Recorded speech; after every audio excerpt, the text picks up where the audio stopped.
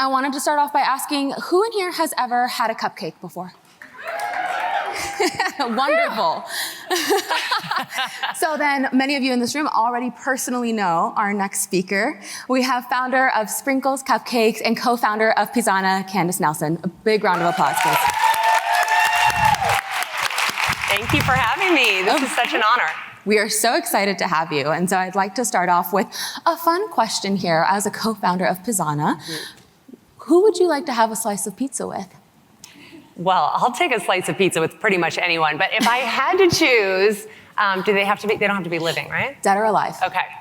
Julia Child. I don't know if we have any Julia. Oh, I love that response. She's just such a hero of mine because she was a woman before her time. I mean, I don't know if many of you, I'm sure you know her as, you know, this woman on TV, sort of bringing approachable French cuisine to the United States and the author of best-selling cookbooks, but she also was in the CIA during World War II. I mean, she was a total badass. Yeah. She was truly a woman before her time. And what I love about her is that she was also just so warm and funny and approachable. She was very self-deprecating. She was also really, really tall. So I feel like I'm tall, so that we're somehow kindred spirits there as well.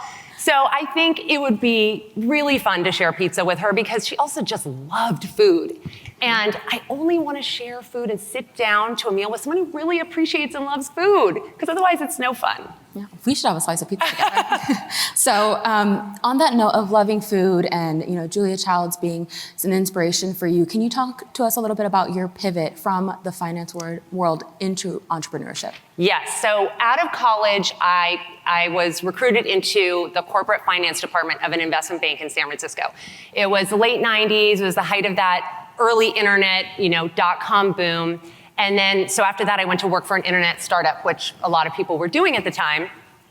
And I'm sure you all know what happened next. It was called the dot-com bust.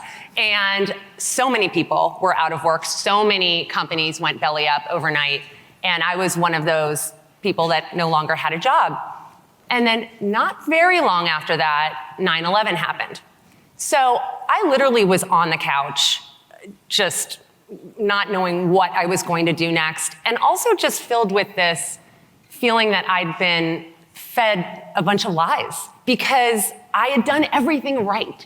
I'd gone to the right school, I'd gotten the right grades, I'd gotten the prestigious job, I'd done everything right, thinking that that path would bring me security and success, and it hadn't delivered on either of those two things. So it really sort of cracked me wide open to the possibility of following a completely different path. And my dad was a corporate lawyer, so very risk averse, right? Entrepreneurship did not run in my family. So I'd never considered that I could start a company or be an entrepreneur before. But during that period of time, I had this epiphany that I really wanted to do something that brought me joy and felt meaningful and felt more aligned with my purpose. And so instead of going to business school, which would have been sort of the next logical step in my career path, I went to pastry school. And the rest is history. That's amazing. Definitely can relate to just this idea of, believing that, following all the right steps will get you there. But I think, we share this same identity as women, right? Where we can do all the right steps and then still not get to the finish line at a certain time or with other of our peers. So on that same note of almost drowning out this noise, right? When you were starting Sprinkles and you heard the critiques of it's only a cupcake shop, only cupcakes, you're not gonna have coffee, other pastries, it's not gonna be your regular coffee shop. Like, how did you drown out this noise and continue to innovate in your industry? So just to bring you back to that time, we opened the first Sprinkles Cupcakes in 2005 in Beverly Hills on Little Santa Monica. For any of you who've been to that store, that is our original, I think we got some heads nodding. Thank you. The original, the flagship. And at that time, it was actually the height of the low carb craze. And my husband and I had moved down to LA from San Francisco at the time, being in this sort of intermediary place in our lives. And we started just driving all over town. We had this idea for a cupcakes only bakery, which was kind of crazy if you think about it. If you consider we were in LA, which is known more for yoga and green juice. It was the height of the low-carb craze. And here I was thinking about this very groundbreaking at the time idea of starting the world's first cupcake bakery and really elevating cupcakes, creating the first luxury cupcake. Yeah. So you can imagine, particularly given the path that I'd been on, a lot of people thought I kind of lost it. They thought I was nuts and felt free to tell me so. And so there were a ton of naysayers from day one. But for me, I was on the right path. I could feel it. I could feel it in my gut. And I think as women, we do tend to really listen to we're more in tune with our instinct, I think. And I want to encourage you all to do that because it has really led me in the right direction so many times in my life. But I listened to my gut. I did not listen to the naysayers. Listen, I won't belittle it. It was hard to hear everybody say that they thought I was headed for financial ruin and headed for disaster. But I think I just believed enough in myself and in my gut that I was willing to take that risk. And for those of us who are, working towards getting that gut feeling right and just really continuing to believe in ourselves, what advice would you have for the people who are trying to disrupt in their industry and those innovators who are just truly thinking, this is it, this is the one, right? And they just don't have that, that sense of self yet. I think I would say that if you're working on an idea and nobody believes in it, it might be a sign that you're doing something really innovative. Because the moment before something's a breakthrough, it's a crazy idea. When we opened the first ever Cupcakes Only bakery, it was trend-setting, it was groundbreaking, and then as soon as we had lines out the door, it became a natural idea. It was commonplace. People were opening cupcake shops around the country. So doing something for the first time is really scary, and it's supposed to be scary. But I would say find your people, find your other misfit founders, big dreamers, rainbow chasers, and surround yourself with those people, because otherwise it can sometimes be a lonely journey. Thank you. And speaking about cupcakes, I have to ask, what is your favorite Sprinkles cupcake? Well, if you've read anything about me, you know that I love chocolate. And I typically talk about the dark chocolate cupcake because that's what got me through both of my pregnancies. But I'm gonna do a little riff on that because the s'more cupcake was the first cupcake that I co-developed with Blake Lively. It was the first of our celebrity charitable cupcakes, and it was super fun, and it had all the good stuff. I mean, chocolate and marshmallow and graham cracker and just all the textures and all the gooiness and chocolate, of course. And we raised a lot of money for Oxfam in the process. So it was a great experience and a great tasting cupcake. The s'mores cupcake is amazing. I will say my favorite, though, is the dark chocolate one. Can't be beat. It's a classic. Yeah. So I wanted to ask a little bit now about your time on Shark Tank. So congratulations, you are a guest shark on this season's Shark Tank, which is phenomenal and amazing. And I want to know, when you are, sitting with, investors and thinking about people who are pitching their ideas to you, what qualities in these leaders and these entrepreneurs would you say are you looking for? So a leader has to have a really big vision, but they also have to be able to articulate that vision in a way that gets people behind them. So, I think that often comes from a place of passion. I know when I was talking about my idea with Sprinkles, I was unstoppable. I would turn people's minds right around because I was just, I had so much electric energy coming out of me because I was so passionate about my idea.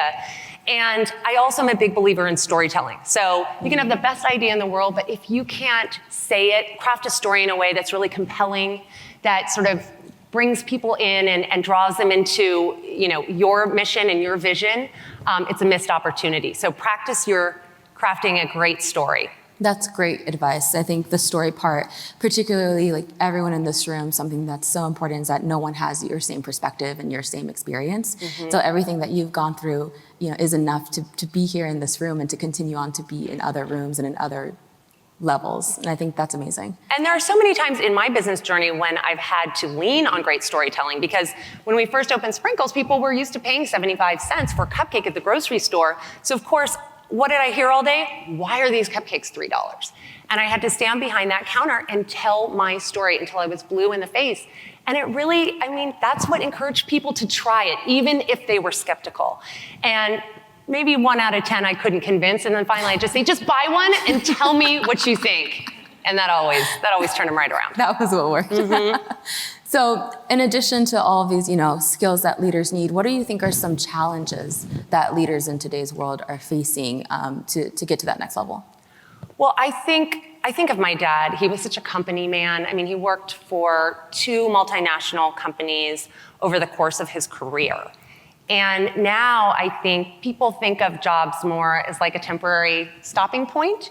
And as an employer, I don't always see the same commitment that I felt I was giving. Well, I guess I did end up opting out of the career world, so I can't use myself as an example. But, I think what we'll find as leaders is it's really about cultivating great culture so that people feel connected to the workplace, and it doesn't feel just like a transactional place where you're making a sale or you're just getting a paycheck. It has to go much deeper than that. And that speaks to the vision that we all have to articulate as leaders too. Like, what is the true purpose of your being? At Sprinkles, it wasn't just about selling cupcakes. It was like infusing the world with some joy. In a rather fraught time, Sprinkles, people could come together and agree on something as simple and delicious as a cupcake. And there aren't that many places where people can really come together and agree on everything. So that was our overarching mission. It was more than just cupcakes, and you have to be able to compel people with that story. Yes, that's a really good point on essentially having the same goal within your industry or even within your own company, and thinking about the challenges that leaders face when trying to move people towards the same goal. And on that same note of, the challenges of getting there, what would you say are, in the culture aspect, are strategies that you use to make sure that your team had that culture, that how we can continue to have like better culture within our organizations and within our companies? Well, you have to be really clear about what your values are. You have to write them down, and you have to make sure, you have to communicate that to your team, right? But it also comes down to hiring for people based on those values. At Sprinkles, we were looking for people who had really generous spirit, people who really lived and breathed hospitality, were willing to go the extra mile, and the details counted. And that just, we're natural smilers, right? We're trying to bring joy into the world. Like, if I was sitting in an interview with someone who didn't crack a smile, like, they weren't my people. So you really have to hire for your values, and then as a leader, you have to, epitomize those values. You have to bring them into the workplace and model them on a daily basis. So hiring, modeling, and really infusing those values into your company. I love that. And I really enjoy this piece of just like you're saying, infusing, like you have to be a part of it too. You can't just talk the talk, you have to walk the walk as well. Yeah. And so that's key. And so talking about more grand scale here, when you're thinking about the change, not only within the culture of your company, but thinking about change within your industry, how would you say that leaders can bring about that change within their respective industries? So for yourself, like the entrepreneurial space. Well, I think Gandhi said, be the change that you want to see in the world. I think Oprah made it even more famous, but be the change you want to see in the world. I think about, some of my friends who are in venture capital who are really taking on the fact that only 2% of VC funding goes to female-founded companies. Like, that's abysmal. So not only are they investing in female-founded companies, but they're also using their platforms to speak out about this issue. And I think of my friend Jessie Draper of Halogen Ventures, who has 70 female-founded companies in her portfolio, and wrote an article recently that went viral called "Investing in Women is Not a Charity." So she's really doing her part in showing up in the world. For me, as an entrepreneur, just stepping into being a thought leader and encouraging that next generation of female entrepreneurs. I came out with a book called Sweet Success last year, which speaks to just that. I speak to a lot of women who they've got big dreams, but they don't always have the confidence to back it up. And so I speak a lot about imposter syndrome, and I talk a lot about like developing that inner confidence in yourself to be able to take action on the dreams you have. I think for me, when I was growing up, I moved around all the time. We were talking about this before. And it was not ideal as a child to have to walk into a new school, sometimes in a new country, and make friends all over again. It was scary, and it was exhausting at times, and it could be lonely. But it definitely taught me to count on myself, and it also taught me to be able to operate comfortably in an uncomfortable situation and to be able to operate in an ambiguous situation. And so as an entrepreneur, that's what you're doing every day. And so as a thought leader, I really try to encourage other women to dream big and take action and develop the confidence to do that. That's such a great point that you touched on, just on making sure that we are using these, not setbacks, but almost these ways that we feel, we're set back. How many people in here have ever experienced imposter syndrome or imposter phenomena? Yeah, so this is definitely something that we can all relate to, just thinking about the ways in which we are seeing ourselves. It may not always be the ways that the world is seeing us, but we are told time and time again, like you're saying, only 2% of VCs fund women, right? It's not a charity. We have great ideas. We are powerful. We are able to push the needle on a lot of movements. And so I'm so happy and grateful to hear you talk about the ways that you've used, this idea of, being told other and again, drowning out that noise. Would you say that there are any other setbacks early on in your career with Sprinkles or Pisana that you now look at as advantages because you went through that experience? Oh my gosh, how much time do you have? I mean, anytime I'm in sort of a failure situation, a challenging situation, now I just tell myself, I'm in the story. I'm in the story. It's going to be a really, really good story. Like the harder it gets, I'm like, it's going to be a doozy of a story. But I think, the original example is losing my job and not having any idea what I was going to do. I don't know that I would have left a high-paying job and a paycheck to go chase my dreams. Nobody was modeling that for me. That was not in my upbringing. So the fact that I was out of a job initially felt like the end of the world and the sky was falling, but that's what led to all the good stuff. And I have a bazillion examples in between, including, 2008, we were opening our largest, most expensive store in the Stanford Shopping Center in Palo Alto. And my husband and I were super nervous because it was our biggest investment and it was a new market and you never know, is the concept gonna translate? And, Northern Californians can be kind of snobby about their food. and so sure enough, opening day, line out the door, we were so relieved. And then not long after that, I looked down at my phone, it's blowing up because banks that were too big to fail were failing. People were losing their homes. All of a sudden, the market was crashing. And I remember thinking, well, it's been a really fun ride. And this is a beautiful store. I should enjoy it while it lasts because in no universe are people going to spend $3 on luxury cupcakes when they're losing their homes. What ended up happening was that Sprinkles really became the affordable luxury that people depended on during those really challenging years. And there is a phenomenon that speaks to that. It's called the lipstick phenomenon. If anyone's heard of that, Leonard Lauder coined it, and basically speaking to the fact that lipstick sales would go up in an economic downturn. People still want to treat themselves, but they'll trade down from the big luxuries to the small ones.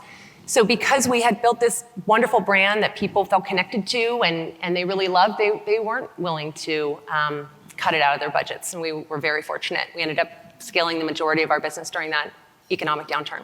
Wow, that's such an interesting point of the small luxuries. I know while in business school, I have treated myself to a few small luxuries that I think we can all relate to. Those of us who are in business school will be in business school thinking about business school. Come find someone who's in business school. But yeah, it's definitely an exciting phenomenon to talk about. So I wanted to ask about during your time, with Sprinkles Cupcakes, with Pisana, how have you been able to maintain almost like this balance, right? Of making sure that you're still very much true to who you are while ensuring that you are pushing the needle on things like women entrepreneurship, continuing to push the needle on giving people these small luxuries and continuing to be a presence and a force? Balance is a hard one. People always ask me about balance, and I say, I don't know that I'm the best person to ask, or maybe I'm the perfect person to ask, because I have this sort of mode in me, and I think it stems from my investment banking financial analyst days where I used to sit at a computer for 16 hours straight crunching numbers. And I can really turn on beast mode when I need to. Product launch, store opening, what have you. I can just burn the midnight oil. And you rely on the tricks. You guys are in business school, you rely on the old tricks, like too much caffeine or skipping a workout or not getting enough sleep. And I always was able to kind of get by. And then this past year, in writing and marketing my book, I don't know why, but marketing a book is one of the hardest things I've ever had to do. It was so hard, and I just was so depleted. Like, the body wasn't having it anymore, and I got so burned out. Like, I was like, I can't even see straight. I'm so burnt. And I really felt that. And I finally understood what people are talking about. It's so important to take care of yourself. And I really had to go back to basics. I mean, it's the stuff we all know, but that we're quick to forget when we have a deadline or we need to get something finished. Movement, sunshine, hydration, vegetables. I mean, it's just really simple, but you have to put that first. And then the other thing I would say is that you have to set boundaries, right? I mean, I'm guilty. I'm a people pleaser. I like to say yes to all the things. I am always like sweating bullets when someone asks me on the spot to do something because like I can't say no somehow. And so one of the tricks I use these days, and it's just a rule, if anyone asks me anything on the spot, I say, you know what? Let me have a minute to think about it. Can I get back to you on that? And that's just the first thing I say. And it has saved me so many times because it's the worst feeling when you say yes to everything and then you just are being pulled in so many directions and you feel like you're just being dragged all over the place and you end up getting a little resentful. You have to be protective, set boundaries, and be okay with saying no or just buying some time so you can make a thoughtful decision. Yeah, I like this idea of boundaries that you're talking about. Do you follow anyone, either like social media, or do you have a role model that kind of helps, with setting boundaries or coming up with good tactics for boundaries? I think that I've learned it the hard way. I haven't seen it modeled that much at least on my feed, but I've just had to kind of learn it the hard way by being pulled in too many directions and thinking to myself, this really energetically doesn't feel good. And it really doesn't feel good when you have kids at home and you can't bring your full self to that because at the end of the day, it comes back to what are your priorities? And my family is my priority. So if all of these other things I've said yes to are leaving me depleted so I can't be present with my children, something's got to change. Yeah. Well, thank you for being that model for us here today and letting us know boundaries are important and that we need to stick with them and really take care of ourselves. That's really important. It is important. Another note, so you mentioned sweet success, right? And so I want to talk a little bit about that. You talk about, what is the recipe for success? Yeah. Is there any advice you can share with us here today looking, to either start our own business or continue to be successful in our own industries? Yeah, I think, I consider myself an innovator. Some people might look at me and say she's a baker or she's a pastry chef, but I really consider myself an innovator. And I think when we hear the term innovation, we think of AI or some sort of grand technological advancement. It really is just about doing something differently, right? Yeah. And making some progress in some way. So I want to sort of explode that idea that innovation is some sort of daunting mystery.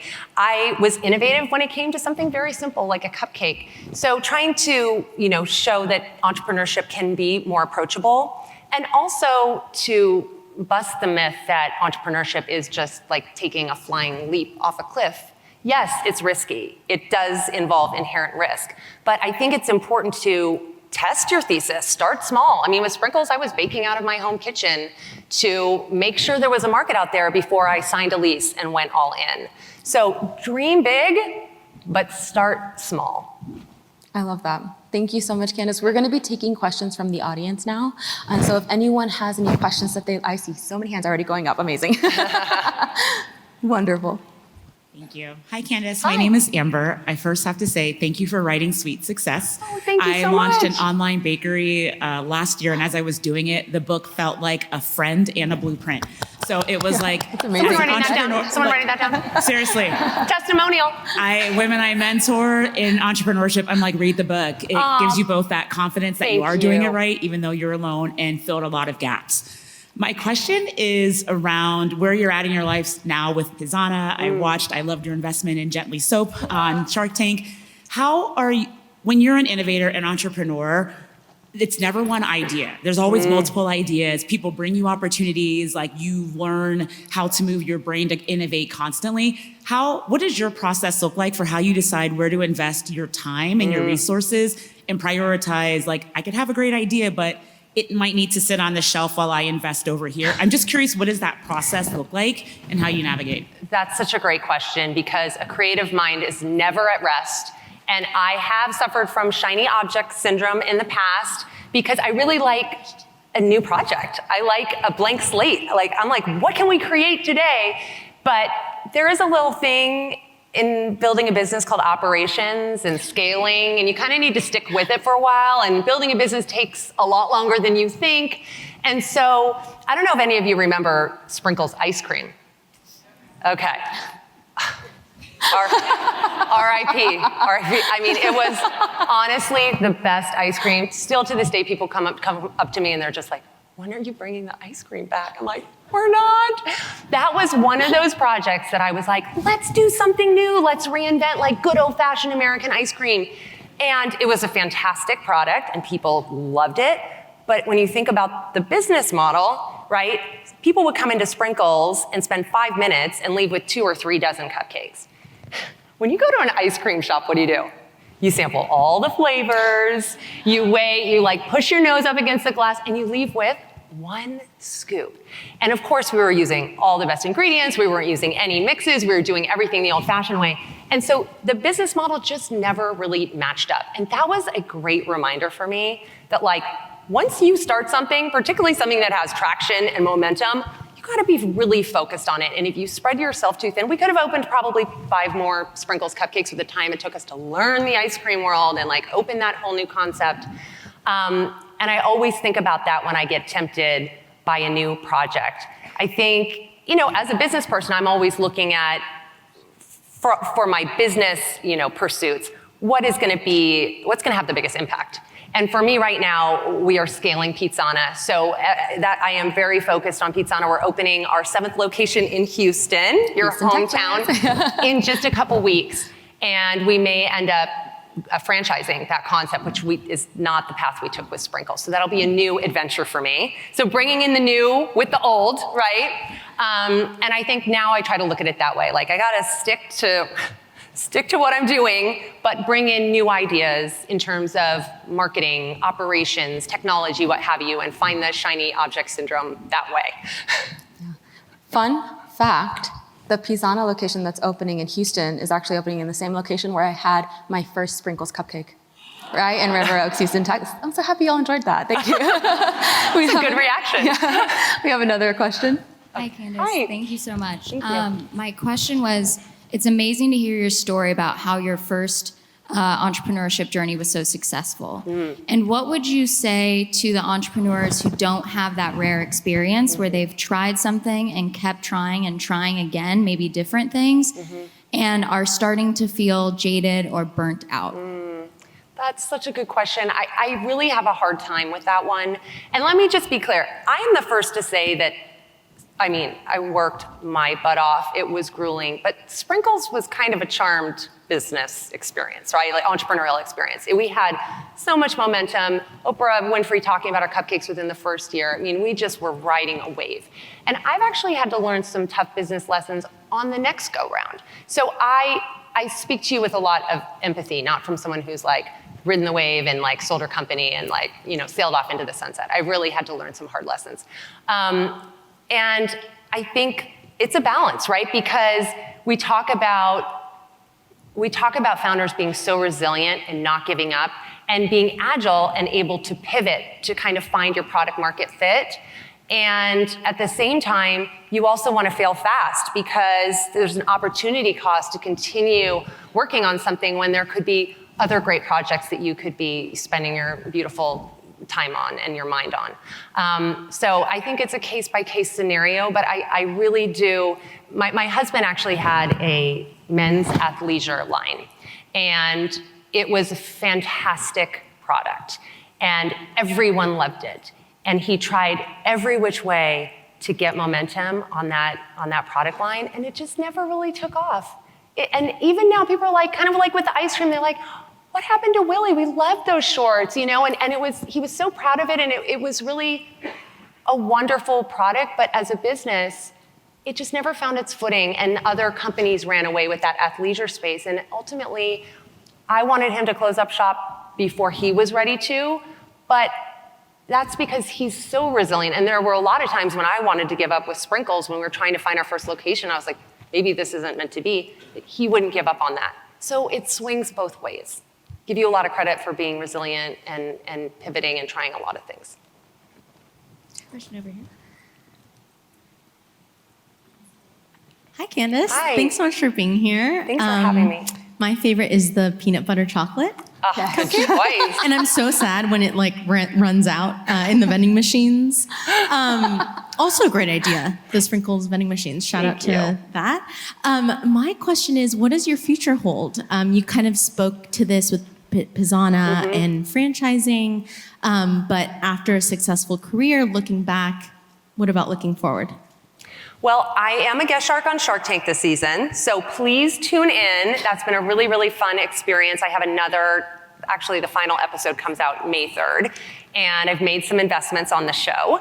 So I'm doing some investing, some mentoring, but Pizzana is taking a lot of my time, and my 2 teenage boys drive me crazy and take a lot of my time, but they're fabulous, and I'm being very thoughtful and mindful with every opportunity that I take on now. Hello. Love the story and have been a Sprinkles fan since the beginning. Thank Earlier you mentioned venture capital, and across the full financial ecosystem, there's underrepresentation of women at in the board, CEOs, various financial roles has been just talked about today. But then the flip side, what hasn't been discussed a lot this morning is the fact that women start the vast majority of businesses, but are getting less than 2.3% of capital, minorities even less. So I'm curious, you having been so successful and now in your second endeavor, what are some things you think can help bring more people into the fold and help increase the success rates for women and entrepreneurs in getting capital into their hands, because it's obviously affects generational wealth and overall equality? Well, as I mentioned earlier, I do have quite a number of friends who are tackling this issue, and obviously, I'm an LP in their funds, so I'm helping them as well. I'm a big believer in community for women, because I think part of the problem, and you guys are younger than me, so you're like, this may not resonate, but my generation, we were not socialized as women to walk into a room and talk about business. That is just not what we did. And men do it. Not only that, but they have a lot of professional organizations historically to do that, but then they're also very comfortable to do it anywhere. Dinner table, golf course, over a beer, what have you. So I think it starts with women building their own networks, and now I'm very happy to say there's a lot of great professional women's networks. I'm a member of We Suite, the Female Founder Collective's 10th House, Entreprenista, there's a bunch. I wish I'd had them when I was starting Sprinkles. But also just we need to sort of break that mold of not, go to a girls' dinner and talk about what you're working on, share a resource. If you don't have a professional network, start your own. I have a friend who's a female chef, and one day she just put all the female chefs and restaurateurs she knew in LA on a text thread, and she was like, let's have lunch. Let's talk about how hard this business is. So it doesn't have to be that structured. It doesn't have to be that official, but I think it starts with women, really connecting with other women and being real and talking about business and talking about wealth and talking about what you're investing in and helping one another get comfortable with that. Hi, Candace. Red Velvet Girl here. Yeah. Number one seller. Something about your Sprinkles ice cream story definitely resonated with me because I think it's tough to be resilient, but I think it can be even tougher to sometimes say, this idea just isn't going to work. Right. We're pulling out of it. So I'm curious the process of how did you acknowledge that wasn't going to work, and what was the process in saying abandon ship? Let's move on to a different kind of approach. Well, I kind of skirted that issue a little bit because in 2012, my husband and I sold the majority of Sprinkles to private equity, so I wasn't actually the one to pull the plug. So I can, along with everyone else, whine and complain that Sprinkles ice cream is no longer around. But I think we would have probably had to come to that decision, at some point, because it's just, even if it's making a little bit of money, there's still an opportunity cost to the time. To my point earlier, with the time we spent developing this whole new concept and offshoot of Sprinkles, we could have sent a lot more money to the bottom line by opening what we knew was working and was more profitable. We have a question right over there. Hi, my name is Allison, also Red Velvet girl. I'm curious because women obviously have been the backbone of feeding society for generations in the home, but the professional culinary space has been pretty male dominated. And I'm curious about the gender politics you may have encountered in entering that space, be that how you were treated in a room, what you chose to wear, how you navigated through that. That's a great question, and I have to say, one of the best things about starting your own company is you can do things your way, and it be the change you want to see in the world. I mean, Sprinkles was like 80% women, and my husband was actually, he was my co-founder, and he actually was the CEO, and he was like, oh, I love working with women. I'm like, that's why you're my guy.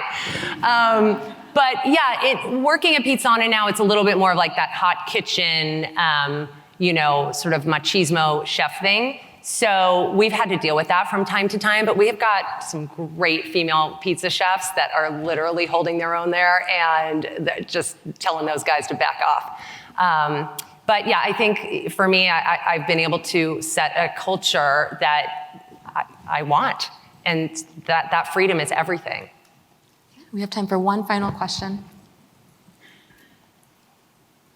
How are you making sure that your company has longevity and is going to be here after you're not? I think, and this is something I'm very passionate about, it's about building an enduring brand, a brand that emotionally resonates with your customers, and that comes from your value system, what you're known for, right? Your brand is like what people say about you when you're not in the room. And I think, we showed that Sprinkles had that sort of enduring brand when the economic downturn happened and people kept showing up. This is something that I'm grappling with at Pizzana now, because our brand didn't just like blow up overnight like Sprinkles did. And so every day we're building it, and we're just showing up in the way that we want to show up and say we're showing up. And for me, I can't remember I spoke to this earlier, but no, I don't think I did. But growing up, moving all the time, when I was living in Indonesia, for example, and I felt very disconnected from my homeland, that's when I turned to baking and turned to food. So baking always, and food always had this deeper meaning for me. It really represented belonging and connection, because that was something that I was always missing as a child.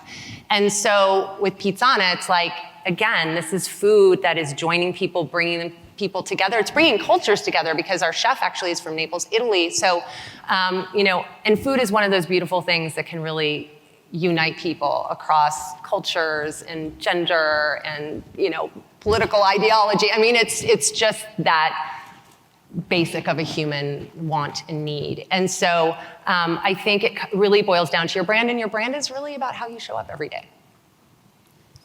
Well, Candace, we cannot thank you enough for being here today and taking time out of your schedule. One final question that I have for you is, where can people keep up with you and what you're doing? Ooh, okay. I am all over the social media platforms.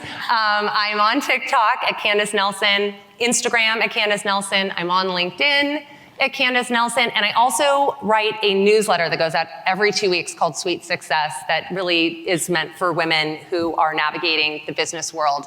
And so I hope that you guys will all sign up. And also tune into Shark Tank. Oh, well, thank you so much. Thank you for having me.